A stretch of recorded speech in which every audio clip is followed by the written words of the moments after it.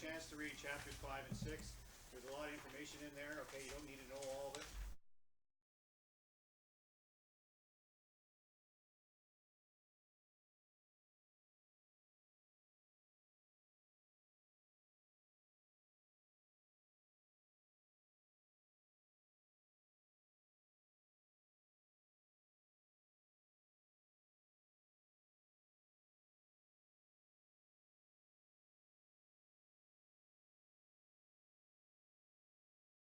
Also 2-meter radio. It's a really compact, very small radio. It's one of the smallest HF radios they make. And so through the magic of electronics, it takes your audible voice and turns it into a radio wave that comes out the antenna connector port here, travels along the antenna feed line of this antenna to the antenna and then is radiated out.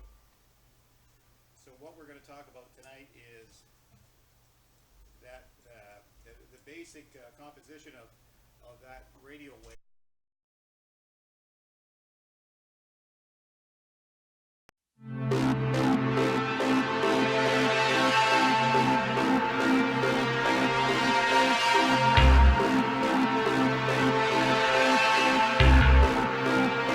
Very high frequency. Light has a speed. You've all taken this in school. If you went to school back when I did, before pre-metric, it was 186,000 feet per second. And 186,000, something like that. Now it's 3 million meters per second. The speed of light. And just for interest, we scroll down here a little further, and I think it tells you how far away the Earth and the Sun are. 150 million kilometers. If we can scroll down a little further.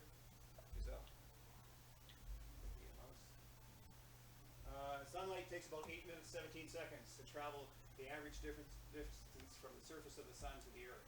So that's traveling at 300 million meters per second. Just a fun thing to know. It's a long ways, it's going really quick. So, radio waves. A radio wave is a wave. And what it is, it's your audio being transmitted out of the radio at a certain frequency.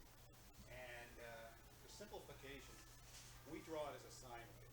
But if you looked at it on an oscilloscope, it'd be like a big jiggly thing, because that's the audio of your signal that's imposed on the wave. There's lots of peaks and valleys. Okay, so we're talking about a radio wave as being a sine wave. I think we've seen them before. They look something like that. Okay, and we need to know the parts of the wave. As far as to measure the wave, we measure the amplitude of it. From the lowest point of the wave being the 0 point reference to the highest point of the wave. Okay, and that is called the amplitude. In your book, it says the amplitude is from here to here. Actually, it's from 0 to the top, or from 0 to the peak of the negative. So if we go to the next slide, you're probably going to have to use the mouse to scroll down. You can see it here, amplitude. Okay, it's this part here, from 0 to the peak, from 0 to the negative peak. And when you measure the amplitude of a wave, you are really looking at the energy of the wave. Okay, so that's what amplitude is. Frequency is how many times this wave repeats itself in 1 second. So frequency is a measurement of how many cycles can happen in a certain amount of time, called cycles per second, and is measured in hertz. So 1 wave per second equals 1 hertz. And wavelength is defined as the distance from a particular height on the wave to the next spot on the wave, where it is at the same height and going in the same direction. And it is measured in meters. And here you can see on the diagram here, from this peak here to this peak here is 1 wavelength. from this peak here to this peak here is one wavelength, okay? And so it's measured in meters. And why do we need to know that? We need to know the wavelength, so when we construct an antenna to be connected up to the radio to work at the right frequency, we need to know how long to make that antenna, okay? This wavelength business, one's positive, one's negative. Right? Don't they? Doesn't matter. Doesn't matter. Doesn't matter, no. Okay, because in your audio is peaks and valleys, and it'll look like that. It has no difference in its No differential, no. composition. One is exactly the same as the other. Okay. When you get into different types of modes, like upper sideband and lower sideband, AM and FM, you'll find out what they do with the positive side of the wave and the negative side. Actually, what they'll do is they'll cut it off. They use one or the other. Okay. For sideband. So that's wavelength. We move on to the next slide. Okay. There's something called harmonics. And what harmonics are is these radios are, all radios are real good radios, but they're not perfect radios, okay? And they will transmit, or hopefully they won't transmit, but it could happen, that they can transmit the frequency that they're supposed to be on, and they might transmit a harmonic of that signal, okay? Which would be the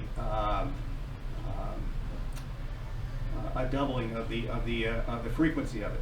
And here we have a chart here which shows that this sine wave here, okay, that's 1 hertz. It's one complete wave there, okay, one cycle of the wave. The second harmonic of that will be, or sorry, the first harmonic of that will be the black wave, which is this one here. Okay, there's 2 cycles in the per second. So that's, if this was 1 hertz, that would be 2 hertz for the first harmonic. Okay.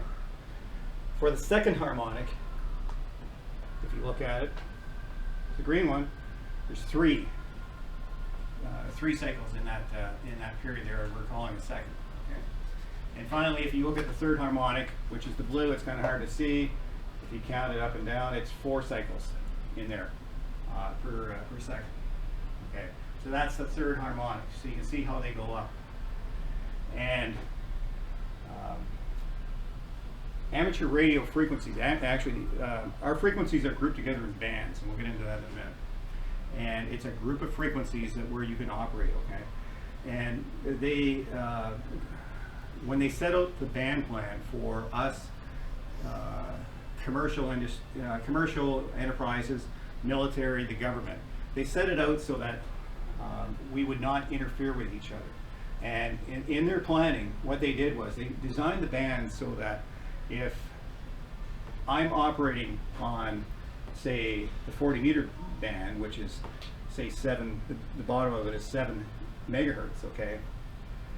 The first harmonic of that, which is double of 7 megahertz, is 14 megahertz, which is the 20-meter band, okay? The second harmonic of that is the 21 megahertz, 7, 14, and then 7 again is 21, okay, which is the 15-meter band. So you can see how they keep them all together. So if there's something wrong with my radio here, in that the filtering in it is defective and it's allowing the first or second harmonic out, okay, I won't be interfering with any other users of the radio spectrum except my own brothers and sisters, amateur radio operators, because it'll be transmitting the first or second harmonic out. So a harmonic is a signal or wave whose frequency is an integral, whole number, multiple of the frequency of some reference signal or wave. The term can also refer to the ratio of the frequency of such a signal or wave to the frequency of the reference signal or wave. It's a lot of long long speak, what it means is that if your sine wave is 1, the first harmonic is 2, the second harmonic is 3, and the third harmonic is 4. Keep that in mind. That explains harmonics. There are more harmonics than that. But are these the only ones we have to worry about? As far as I know, yeah. Once you get past, the thing with harmonics is, as you go up higher in the harmonics, the Amplitude is signal less. gets smaller. Yes. Okay, so it's less. Usually, you wouldn't have to worry. So they're the only ones we have to worry about. Yeah, I'd say probably after the second harmonic, I wouldn't worry. But if you have any harmonics at all, this is very seldom this would ever happen, that you'd be transmitting a harmonic of such a magnitude that somebody else would pick it up. So, one thing you need to know is the wavelength formula. Okay, which is, there it is there, it's lambda equals V over F, okay? And if we scroll down further, we'll find out what those, okay, lambda is the wavelength, C is the wave speed, and F is the frequency, okay? And for our calculations, wavelength is measured in meters, wave speed is 300 or 300 million meters per second, and frequency is measured in megahertz. So everything's got to be kept the same. You can't intermix feet with meters or anything like that. It's metric or English. So if we go back up to our chart here, okay. Let's say we want to find out the frequency of 146.94 megahertz. Okay, and if you don't know already, that is the output frequency for one of the local 2-meter repeaters in town. When the club operates, V3 SSM. Okay. So when it hears your transmission, it transmits on 146.94 megahertz. And so we want to make an antenna for that. Okay. First, we have to find out what the wavelength of that is. So we know the frequency, we know the wave speed because we knew it was 300 million meters per second. So the wavelength, and that's for a full wave antenna, okay, is wave speed, which is 300 over the frequency, which would be 146.94. So if anybody has a calculator, or somebody really good with math, not me, I'll bring my calculator. I would say 2. I'd say you're pretty close, pretty close. It's going to be 2 point something. 2.04. Okay, so it's 2 point, I was almost going to write on the TV. Bad. 2.04 meters. Okay, so I happen to have a 2-meter antenna here, okay? And I happen to have a tape measure. That's not 2 meters, I'll tell you right now. That is 47 centimeters. So that antenna is 0.47 of a meter. This is just nice to know stuff. Just kind of give you an idea of how this little formula works. Okay, 0.47 of a meter. That's not a full wavelength of 2 meters. Is 2.04 meters. Okay, which is that works out to what? About 6 feet. That's pretty long antenna. So you're going to learn later on in antennas that most of the time we don't have a full wavelength antenna that we put up, especially for mobile antennas, which this one is. This is a magnetic mount antenna. Plug that onto the roof of your car and it sticks, and you can go down the highway 100 miles an hour. Hopefully it'll still be on, beating against the roof, that magnet will hold. And so anyways, you'll find out that you can do fractions of a wavelength for your antenna. You can do, it seems to be the most optimum one is a 5/8 wave antenna, okay, 5/8 of that wavelength, or you can do a half wave, you can do a quarter wave antenna, which I think this one's a quarter wave, and And I guess you can do a 1/8 wave too. That's more like a rubber duck kind of thing. But so 2.04 meters is a full wave.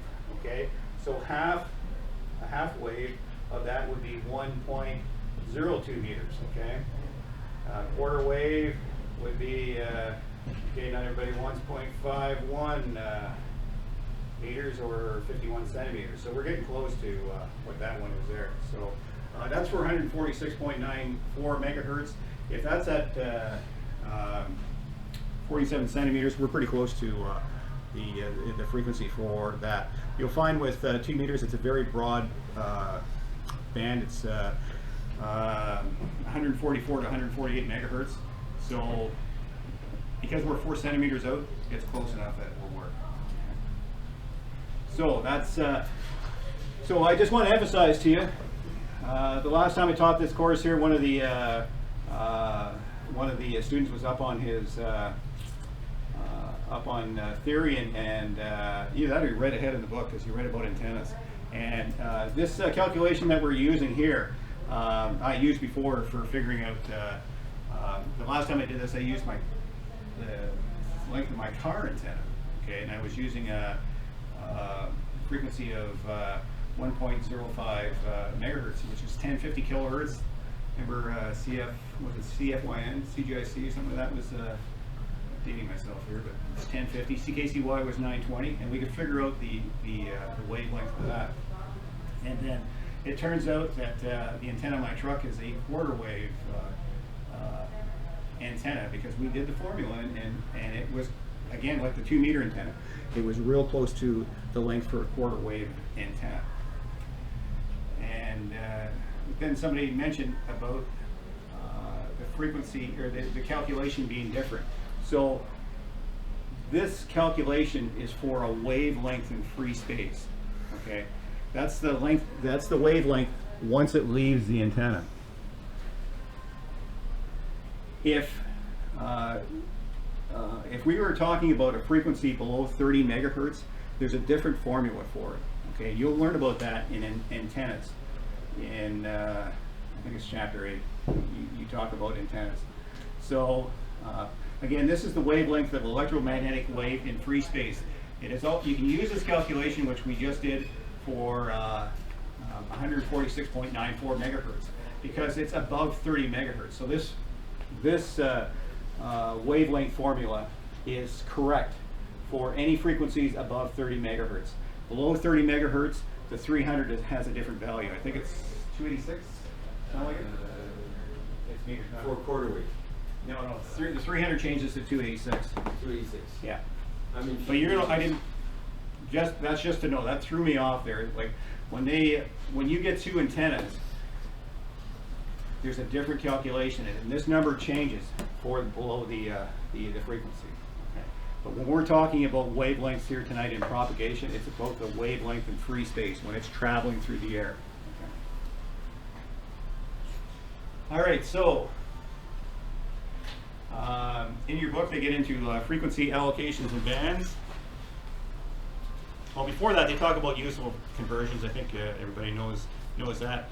But the chart on 5.7, and Mike's going to have my notes posted up on the AAR Club website there for you, so you can have a copy of this. This is the chart out of page 5.7. Okay, frequency allocations and bands. All those other charts that are after this, they talk about band plans. I'll give you the band plans here in a minute. Okay. When they get into talking about the different band plans, you don't need to know them. Okay, like as far as what frequency is what and what it does, and on and on and on, and where amateurs hang out for whatever mode they're going to operate on. Nice to know. You read about it all. You can read all about that after you get your license. Okay. So on your copy that I gave you there, where it's got the frequency allocation and bandwidth, or even if you're in your book, if you don't plan on selling it, here's the frequencies that you really need to know, and I'm going to help you out with the things that you need to know about them. Okay.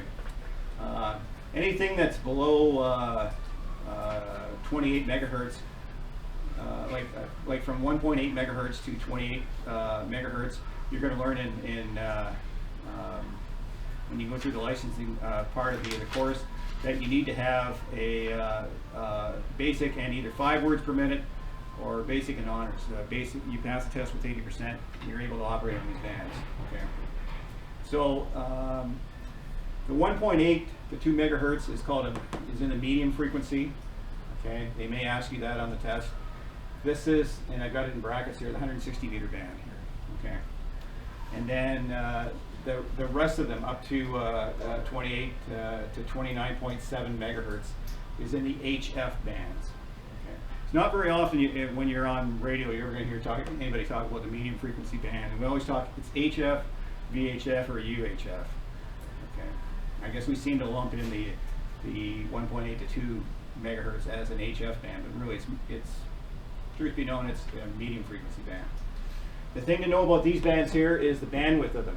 Okay, what's your maximum operating bandwidth that you can operate on? It's 6 kilohertz. Okay, that's for operating sideband. You need to have a wide bandwidth for that. The only exceptions to them, in all these frequencies here, is 10.1 to 10.150 is only 1 kilohertz, and they like to ask questions about that on the exam. Okay, they'll say, what is the only HF band that has a maximum allowable bandwidth of 1 kilohertz? It's the 30 meter band, 10.1 to 10.15 megahertz. Why is that? CW only Morse code on that band, and that's why you only need a 1 kilohertz bandwidth for it. You can pack a lot of stations in there in that band. It's not very big either. It's only 50 kilohertz wide, so that's why they can pack a lot of stations in. The next one up here is on the 10 meter band. Okay, the bandwidth on that, you're gonna see more questions. I think more if we were at the casino, you're pulling the handle on the slot machine. This one will come up before this one does, as far as the bandwidth. 20 kilohertz for the 10 meter band. That's because you're allowed to do FM on that band. And they need to give you a wider bandwidth. If we go on to the next slide, here's the rest of the chart here. And I've written in here from 6 meters up, 50 megahertz, up to 222 megahertz is the VHF band, and then above that, 430 to 2.3 gigahertz is the UHF band. And they don't seem to ask too many questions about that as far as the bandwidth on those. The VHF is 30 kilohertz, except for the 220 band, which is 100 kilohertz, and the bandwidth of 12 megahertz. If you can, try and remember if we go back to the slide before, Giselle. Try and remember the bandwidths for the frequencies, especially on the HF. I think there's more questions on there for that. Okay. And just a couple little notes about what these stars are. This is right out of the, actually that chart is right out of Industry Canada's regulations. Okay, so we'll continue on. Okay. Well, that's in chapter 5. Speeding right along. So again, important thing there is bandwidth, the band's frequencies get involved in, and also the HF, MF, VHF, and UHF, and the formula for a wavelength. What's the abbreviation for like HF is high frequency? Yeah, high frequency. MF is a medium frequency. VHF is very high frequency, and UHF is ultra high frequency. How come once you hit gigahertz, it's not specified for the bandwidth? Like, it says non. Good question. I gotta find that chart.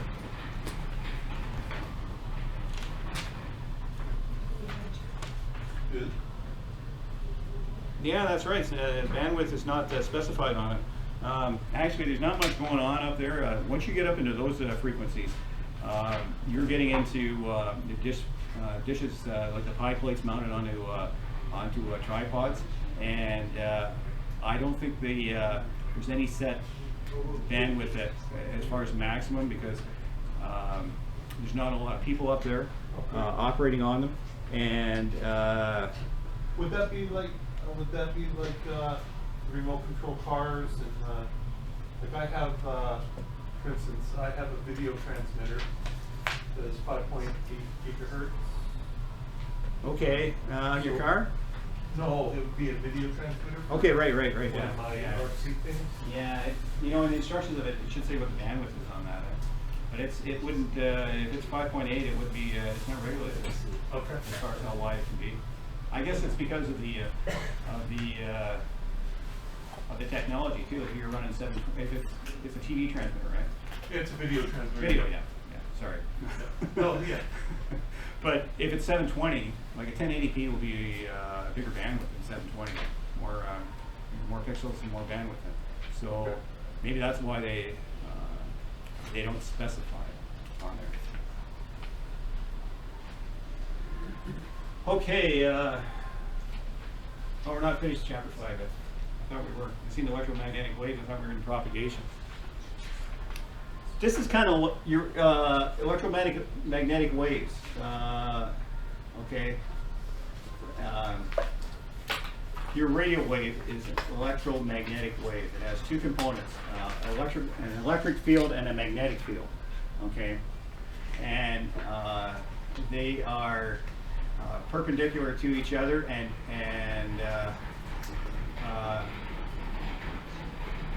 to the direction of the wave. Okay, so they're perpendicular and then they travel in one direction, as you can see by the diagram here. Okay, there's your wavelength again from trough to trough, or from peak to peak, I mean. And so the red is the electric field. Okay, the blue is the magnetic field. It can be reversed too. You can have the blue being the magnetic field on the top, and the red being the electric field on the horizontal. Okay, but whichever way the electric field is positioned determines the polarization of the electromagnetic wave. So in this example here, the electric field, which is in red, is vertical, and the magnetic field is horizontal. So this is a vertically polarized magnetic wave, which means that it's being transmitted from a vertically polarized antenna, such as this. Okay. So how you have your antenna set up determines the polarization of the electromagnetic wave once it's radiated out into free space. And that's why antennas on cars are vertically polarized. Like when they're vertically polarized, they're or like when they're vertical like that, that's a vertically polarized wave that is being transmitted. And if I'm at my home station, say Bruce was operating this radio in his car, and I'm talking to him at home, my antenna at home has to be vertically polarized too, or there's going to be a big difference in the signal level, the ability to receive them. Okay, and once you get into ham radio and get your license, you'll understand what I mean by that. That if both antennas aren't polarized the same way, okay, there's a huge drop in the reception level for each station when they're transmitting. So antennas on cars, on boats, and even airplanes. In airplanes, they're in the tail thing on, what is that? The rudder thing that sticks up. That's the that's where the antenna is in the inside the airplane. It's in the tail of the airplane on the, I guess, on the rudder for it there, and they're vertically polarized. Okay. Which is, they had to be, because you know, cosmetically it looks better if the antenna's that way. If the antenna's that way, like, that's kind of hard to do. It's going along the length of the roof of your car. You're gonna have things to hold it up, and it was just better cosmetically to make them vertically polarized, which is great for vehicles, okay? But for the problem with vertically polarized antennas, vertical antenna, is they're subjected to noise, especially when you get into HF radio. That they will pick up more noise than a horizontally polarized. A wire antenna that goes horizontal to the earth is less susceptible to noise. Okay, so on to the next screen. Oh, we are into propagation. Look at that. We're going to talk about we'll talk about waves here a little bit. Okay. They define what waves are. Like, once they leave your antenna, they have to get somewhere, and how they get there determines what the classification is of the wave. And this one here, you're never going to hear about at all when you get on the radio, because I don't know if anybody ever talks about space waves, but space wave is waves that travel directly after reflecting from the Earth's surface to the troposphere surface of the Earth. Okay, so the troposphere is in the atmosphere, the air that we breathe. Okay, above the troposphere is called an area called the ionosphere. Okay, and we'll talk about that in a minute. But in the atmosphere, the air that we breathe is where a space wave travels along. Okay,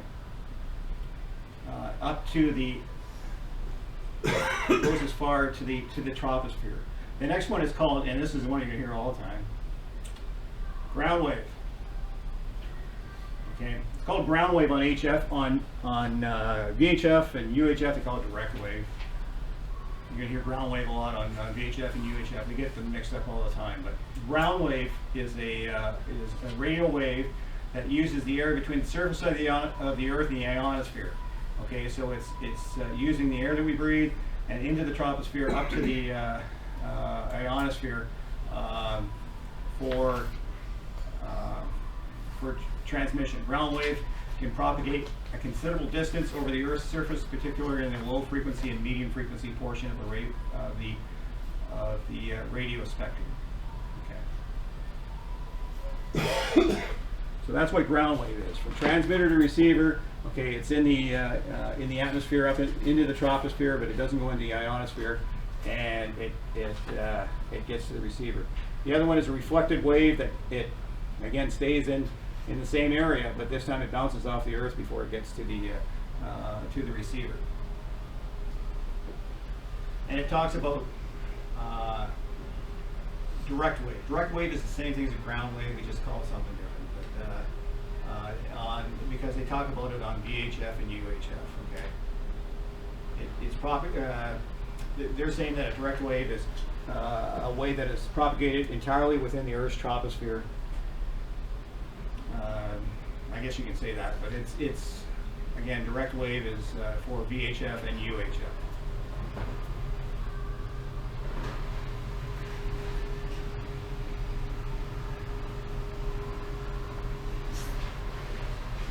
Okay, and again, I talk about ground waves. Again, this is another definition I found off the internet somewhere. So it's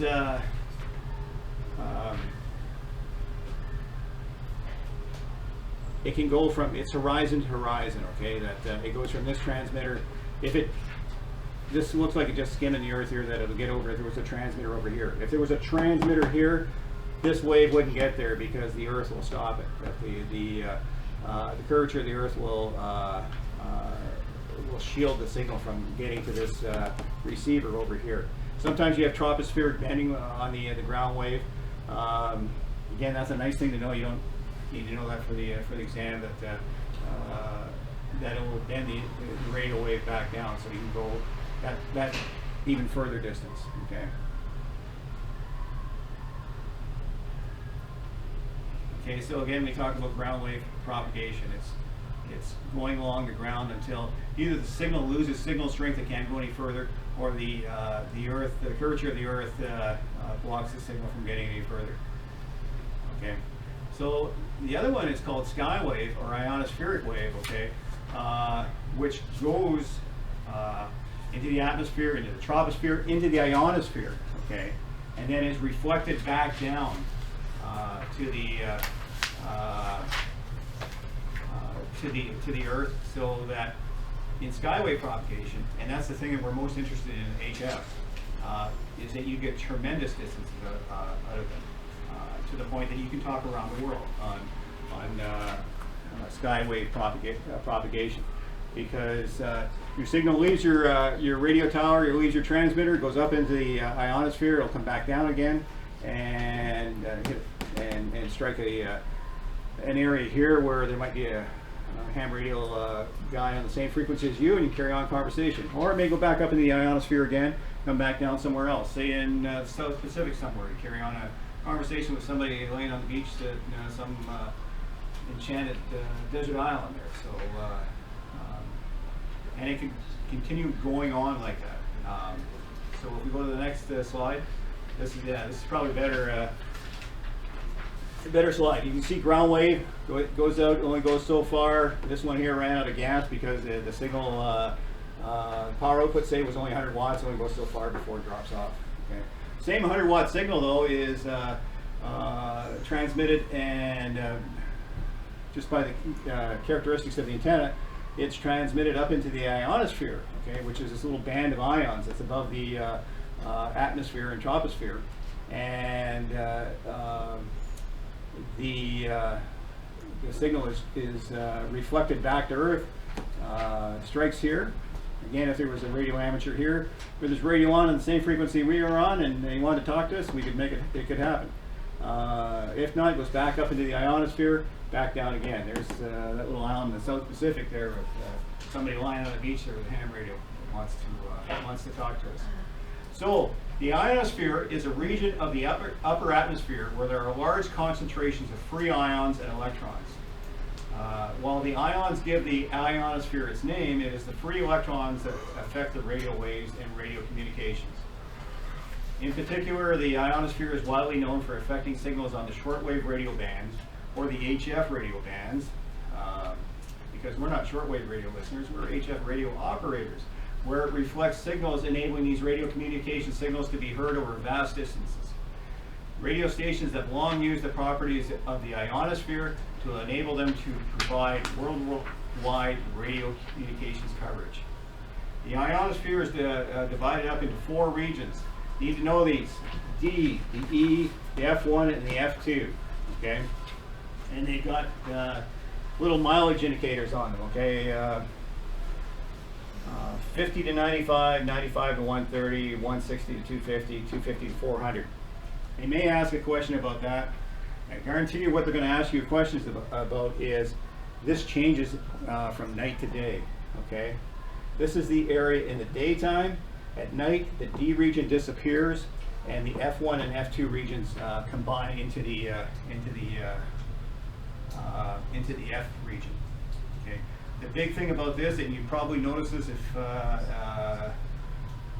before the age of satellite radio, if you were traveling along and tuning for radio stations on the say on the AM radio band on your car radio, it was a little bit on the FM radio band, but you really noticed it on the AM radio band.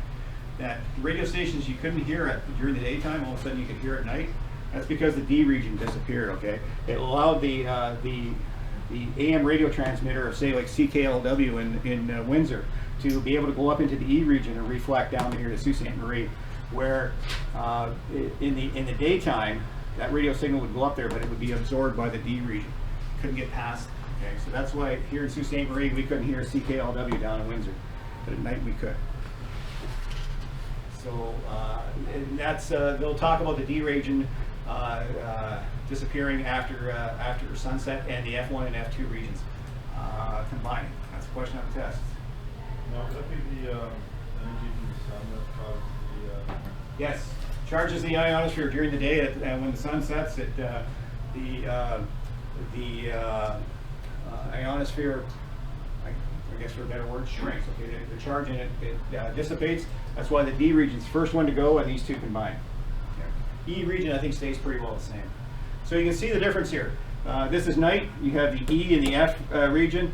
In the daytime, you have the D, the E, the F1, and the F2 region. Is there still F1 and F2? At night, no, it's F. They combine together. I don't really think it makes a difference as far as the propagation on it. F region is you're talking one of your worldwide bands is 20 meters, and if the solar index is right, day or night, you can work around the world. How does that affect it when you're talking to someone that's at night where they are and you're during the day? Like, would it matter? Well, I guess you're broadcasting into the F range. Yeah, you'd be going into the F region on 20 meters, which is like 14 megahertz to 14.35. That's a long haul radio band. So you're talking to people across North America, into Europe, into Asia, and it doesn't really seem to make a difference on day and night for that with the F1 and the F2 combining. There might be a little bit of a mileage thing on it, but I don't know. I haven't really noticed. The thing is with when you start getting into worldwide communications, okay, it may be a night here, but it's day. It could be the day where you're talking to. Okay? That's what I'm. Yeah. Like it's Australia's the next. What are they, like 15 hours ahead of us or something like that? Like it's in.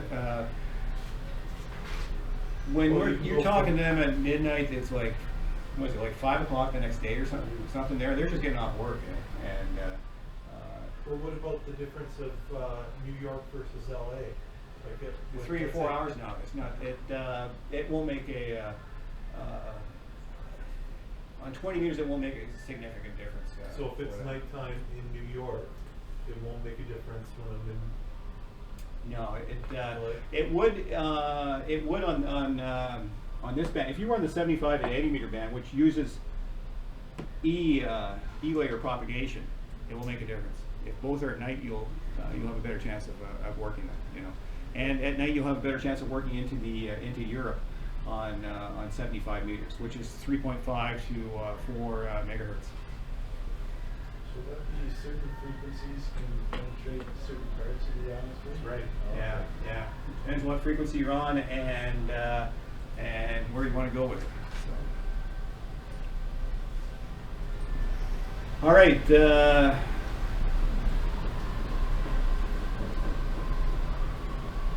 Anybody ever see beer? No, just me. It's a proud thing to talk about, I was a CVer at one time. In fact, I still have my call sign, even though you don't need them anymore. But back in the day, we used to shoot skip. My goodness, that was a lot of fun there. That shoot and skip. It was, of course, illegal. I was a CVer when I was a teenager, so it's like 100 years ago. So thinking that any minute the Department of Communications is going to bust the door down and haul me off to jail there for shooting skip. But we used to talk about skip, and now we're going to talk about skip distance and skip zone. And is that mine? Yeah. So what skip zone is remember we were talking about our little radio signals, and as you can see, there's multiple paths for it. In that previous slide, we were just showing like our radio signal going up and coming back down and hitting in one area. Doesn't necessarily have to be that, okay? It's like when you transmit, like it's more than one radio signal that's going up into the more than one electromagnetic wave that's going up into the ionosphere, and it's coming down in different areas, as you can see here, and depending on the frequency, what layer in the ionosphere, would depend on how big this skywave coverage is.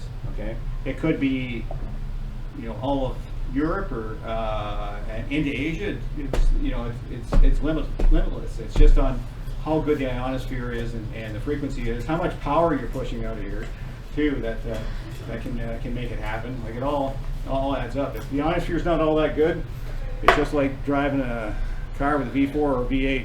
Which one's going to go faster?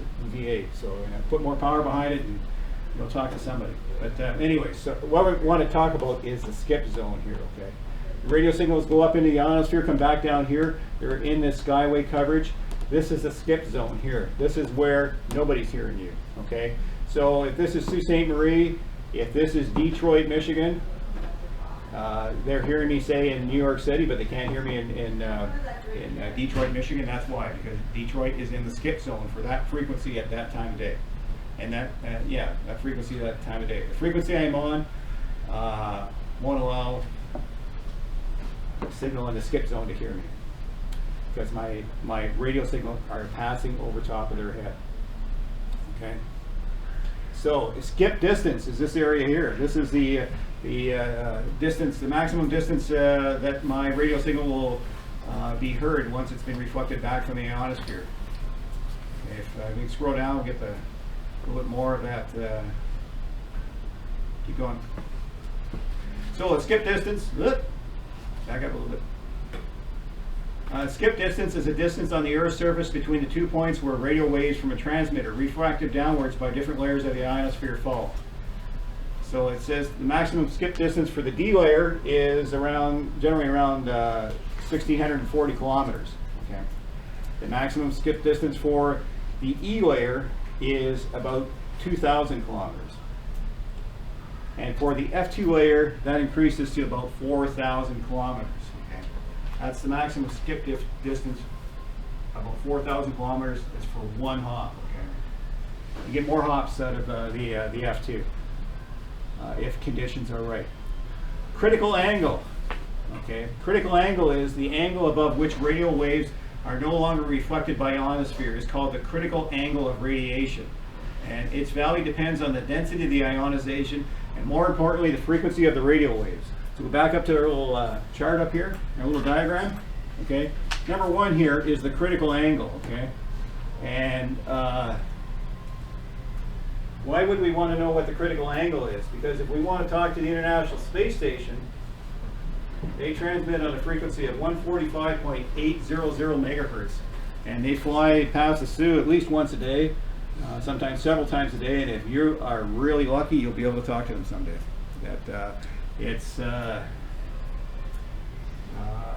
I tend to talk about working skip, working DX, or working the space station as it's like fishing. You know, if you're in the right spot at the right time, on the right frequency, and they're on, you got a good chance of being able to work them. Just like fishing, if you're in the right spot, you got the right bait, that fish might take the hook. So that's what the critical angle is. That go back down there to the explanation again. It's the angle above which the radio waves are no longer reflected, and it's called the critical angle of radiation. Critical frequency goes hand in hand with it. It's the maximum frequency that a radio wave can be transmitted vertically and still be refracted back to Earth. So in our example here, if we transmit on the input of whatever frequency they're listening on, this is the frequency they transmit on. But like a repeater, we have to transmit on a different frequency so they can hear us. So it's it's 145 megahertz we transmit on. Okay, with our antenna. Our 2-meter antenna will have a critical angle good enough that with the frequency that we're on, that it'll go through the ionosphere and into space. That's also how they do Earth, Moon, Earth mode of propagation. If you get the right setup, you can bounce your radio signal off the moon. It's really cool. You can hear your voice come back 9 seconds later. After you, actually I guess it's 18. 9 there, 9 back. 18 seconds later, I guess. Wouldn't the space station always be changing their frequency? This is the amateur radio station. This is most of the astronauts are ham radio operators, and this is the frequency that they're on all the time. If they're on the air, they're going to transmit on 145.8. They're not on all the time. They run like whatever else they do up there. Like the NASA frequencies are a different frequency than this. This is just, and most of the time you hear them on. They'll be talking to schools, and Generally, you can't hear the school that they're talking to, but they'll set up schedules different schools around the continent, and the kids ask them questions, and the astronauts are answering back, and it's pretty interesting to listen to. They've gotten past asking so how do you go to the bathroom kind of thing. Brent, two things. One, we're break time. Coffee break. The other thing is there a Doppler effect on those signals to the space station? There is, Changes but frequencies? I don't. You really for FM, you don't have. You don't have to worry about it. Oh, okay. So it's one frequency. All right, so we're coming up to multi-hop propagation, and we'll start that in about 15 minutes. Very good. Yeah, but you have to follow them if you're in town. No? You don't have to follow them. You don't have to